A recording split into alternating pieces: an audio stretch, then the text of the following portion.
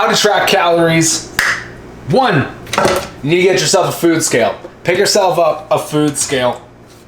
You could either use the apps, but now that you're in the community, I already have it available for you guys to be able to look up chicken, and it'll give you the calories per ounce. So I like to do it in ounces. So we've got, love these containers. These are freaking amazing. Got the containers. I think it looks way better in your fridge or whatnot. But you got 0 ounces. Make sure you zero it out on the food scale. Throw the chicken on, and so if we have 10 ounces of chicken thighs, that's gonna be 580 calories for the 10 ounces. So let's say your calorie goal is 800 calories per meal.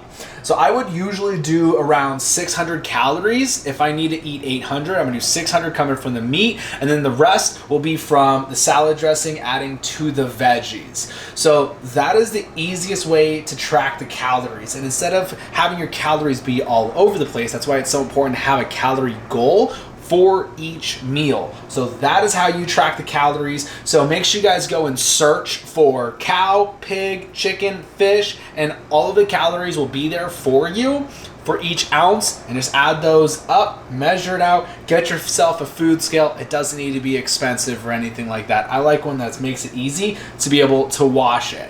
So remember, meat, veggies, eat real food. So for instance, with the salad dressings though, it's gonna tell you. So on the back, you got 2 tablespoons for 100 calories. So 4 tablespoons, there's an extra 200 calories you can add to your veggies. It's an absolute game changer when it comes to taking in more calories without a ton of volume of actual food. So that's a quick tip on adding extra calories in avocado, adding butter to your veggies. It's an absolute game changer.